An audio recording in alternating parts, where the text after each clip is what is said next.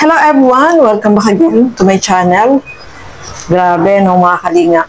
Successful, syempre, yung naging live selling ng Etsy. Pero meron tayong good news at meron din tayong bad news ba matatawag to o hindi magandang pangyayari ng mga kalingap. Pero bago natin simulan yan, huwag niyo pong kakalimutan mag-subscribe sa Atos Matubang Kalingap Rob at Edna Vlogs. At ang inyong lingkod, Gandang Emmy. Sa mga hindi pa po nakapag-subscribe, please subscribe and please hit the notification bell para lagi po kayong updated sa aking mga ina-upload na mga reaction video.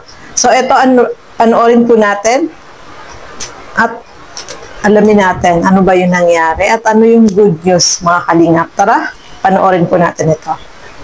May pakilig muna. Pakilig mo. Ano ba ang pakilig? Pakilig mo.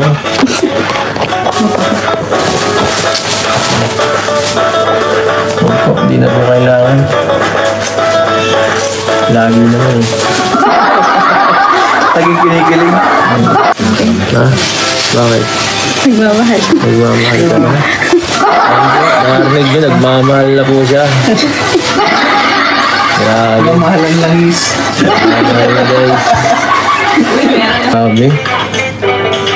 May congratulations pala. Elsie po ang sasama ng Velvet Box sa Korea, no? Salamat po. Nakakaibang bansa. Korea. Nakakapag-ibang bansa na naman ako. First, international tour ng Velvet Box na Elsie po ang unang kasama na sa biyahe. Thank you po. Dahil kami ang napili. Salamat po kala Sir Jun at kami napili. Thank you po sa inyo. Kala Tita, thank you po. Kala Boss Rob. At saka Jack. Thank you po.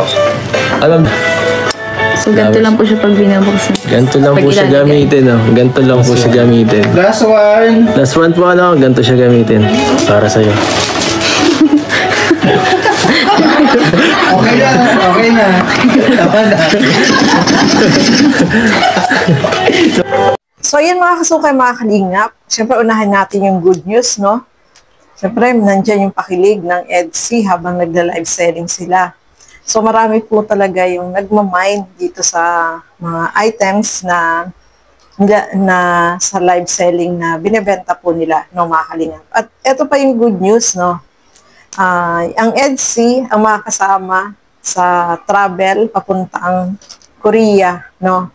Ito po ay ng Velvet Box. So, abangan po natin yan. Sabi is by, sa bakasyon. So, sa bakasyon, sila pupunta ng Korea, no, mga kalingap. So, nakakatuwa naman po kasi muli naman sila magta-travel na magkasama. At siyempre, kapag ibang bansa, nakakatuwa kasi marami silang mga mapupuntahan doon ng mga lugar na hindi pa nila nakita, no? So, maganda talaga yung kasamang mag-travel, no, mga kalingap. Siyempre, successful din yung naging live selling dahil grabe, ang daming nag-mine at nag-press, may free selling din ang yung free selling ng version 2 ng smartwatch, no? Ang dami pang nagpa-reserve ng smartwatch.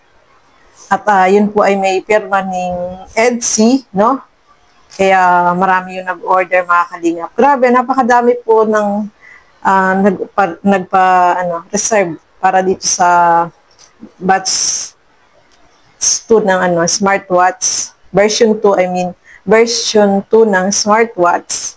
At napakadami ng nagpa-reserve ng mga kalingap. So, congrats kasi napakadami po ng nagpa-reserve. Nakakatuwa naman ng mga kalingap. So, ito pa, syempre sa live selling, merong hindi magandang hindi magandang, yung alam niyo naman, yung mga basher, hindi nawawala po yan. Especially kapag ganyan, ang mga live selling. Yung mga, ang dami nilang hinahanap nila yung sinsing ni Beyonce, bakit daw hindi suot. So ito, panoorin po natin ano kaya yung masasabi dito ni Beyonce at siyempre ng CEO ng Velvet Box. Kasama yung vlogs rin. Ha? Tinago ko lang po yung promise ring namin. Sa mga naghahanap po ng promise ring, tinago ko lang po para hindi Nasa mawala. kanya pong paa.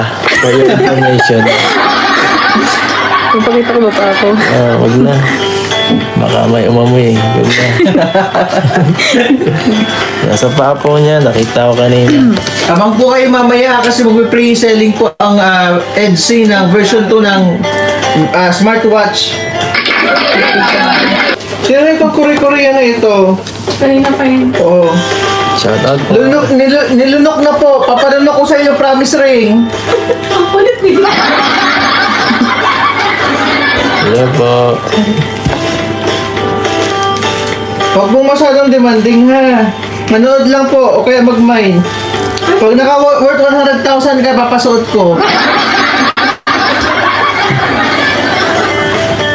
Ay, wala pa doon. Nakatago lang po yung promise ring na yun. Di ba po? Pag nag-comment ka pa po, i-block na kita ha. Nasa paa niya po. Nasa paa. Minsan din. Minsan ginagawa ko din yun eh. Pag nagla-live ako, nasa paa minsan. So, yun. Pinapakiusapan ko po ang lahat ng viewers namin na tuwing live selling, kahit regardless kung sino ang nakaupong live seller, na please respect yung mga live sellers po natin. Wag po tayong mag-comment ng mga below the belt kasi pansin po ninyo, ang purpose ng Velvet Box is mag-flex ng mga produkto po namin. Wala pong kahit anong kinalaman niya kung ano pong mga problema ninyo sa buhay. Okay po. As long na nandito po yung mga ambassadors at ambassadors namin nakaupo, we have the right para proteksyonan sila sa mga tao na mga hindi po kaaya-aya na mag-comment. I don't know why, what is the reason, bakit kayo nagko-comment ng ganyan, pero please, asikasuhin nyo muna po yung sarili nyong buhay. Ano po? Yun yung mga taong hindi grateful, hindi masaya sa buhay nila, binabaling nila yung bitterness nila sa life, papunta doon sa ibang tao. Wag po ninyong gawin yan kasi mapagod po, ang pagod maghanap buhay ng marangal. Kami po dito, kasama na po ng mga live sellers namin, ambassadors and ambassadress, hindi po madali ang ginagawa po nila.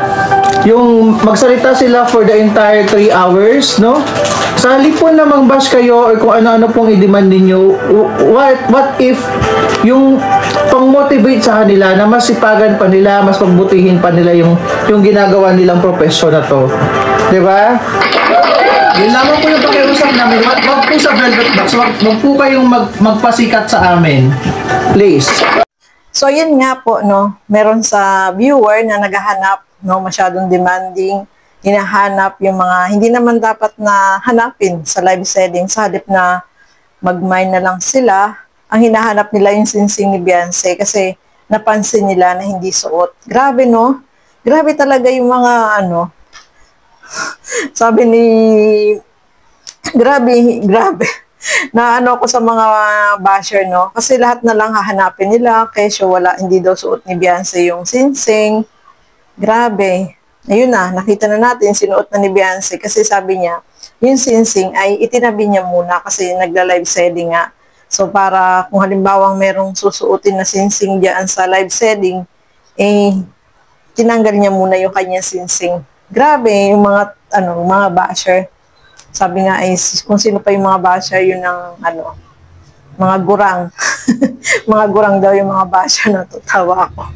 So, grabe, lang ako, mga kalingap. Kasi, lahat na lang papansinin nila na kesyo hindi suot yung sinsing, kung ano-ano na yung sasabihin nila, hindi nila muna alamin bakit nga ba hindi. At saka, live selling yan. Mag-focus tayo sa live selling, hindi kung para saan, doon sa personal na gamit ng isang kagaya ni Beyonce, hanapin natin kung hindi suot yung sinsing. Ay paano pala kung, ayun nga, tinanggal niya lang daw. Nandiyan naman. Ay, nako kayo talaga, Kaya, sabi nga ng CEO ng The Velvet Box na, yung mga hindi dapat na sabihin, yung mga below the belt na sinasabi, iwasan po natin yan, mga kalingap. Kasi hindi yan makakatulong sa mga nag-live selling. Kasi mawawala sila sa focus, mga kalingap. Kasi nga, kung ano-ano yung hinahanap niyo, yung mga gurang na mga nambabas dyan, mga basher na Grabe, no? Kaya dapat sa live selling, business lang. Walang kung ano-ano hahanapin. Walang below the belt na comment. Kung gusto nyo manood, manood. Kung ayaw nyo manood, huwag kayong manood. Kasi live selling yan. Kung gusto nyo bumili, mag-mine kayo. Mas maganda pa, no? Mga kalingap. So, ayan po, no? Naging successful, syempre, yung live selling nila. Kasi, ang grabe, ang dami talaga ng halos lahat ay sold out yung mga ni-live selling po nila. At yung mga nagpa-reserve sa version 2 ng smartwatch ay sobrang dami din po, no, mga kalingap. Sana, hopefully, yung mga nag-mine ay ano nila, yung kung ano yung kinuha nila, no? Mabayaran nila. At syempre, ma-receive naman po nila yung items ng mga kalingap. Kasi, at saka huwag magpa-scam, no? Siguraduhin na tama yung kausap. Huwag basta-basta magbibigay. Sabi nga, paalaala lagi ng the velvet box. Ang velvet box ay hindi po sila ang unang nagme-message, kundi yung mga nagmamine. Ikaw mismo yung magme-message sa kanila, isi-send mo yung iyong name, complete address, ako ano yung na-mine mo, at sila na yung magbibigay ng resibo. At saka syempre dapat yung mga info na nandoon, i-check po natin, double check natin, no? Kasi kapag nandiyan tayo sa live selling, pinapakita naman nila kung ano yung mga yung mode of payment. So, dapat screenshot, maging wise tayo, no? Huwag tayong magpaloko, no, mga kalingap. So, yun po lagi ang nila, reminder sa lahat ng mga miners na maging tayo, yung alam natin kung tama ba yung pagsisenda natin kasi pinapakita naman sa live selling kung saan magsisend. At saka kapag nag-send sila, kasi nagsisend po sila nung listahan ng payment, i-double check natin dun sa na-screenshot natin. Dapat ganun tayo, yung sigurista, no, mga kalinga, para ingat sa mga scammer. So, ayan po, no, maraming salamat sa inyong walang sawang panonood at pagsuporta dito sa aking mga ginagawang reaction video. Hanggang dito na lamang po muna. Thank you and God bless po sa atin lahat. Bye-bye!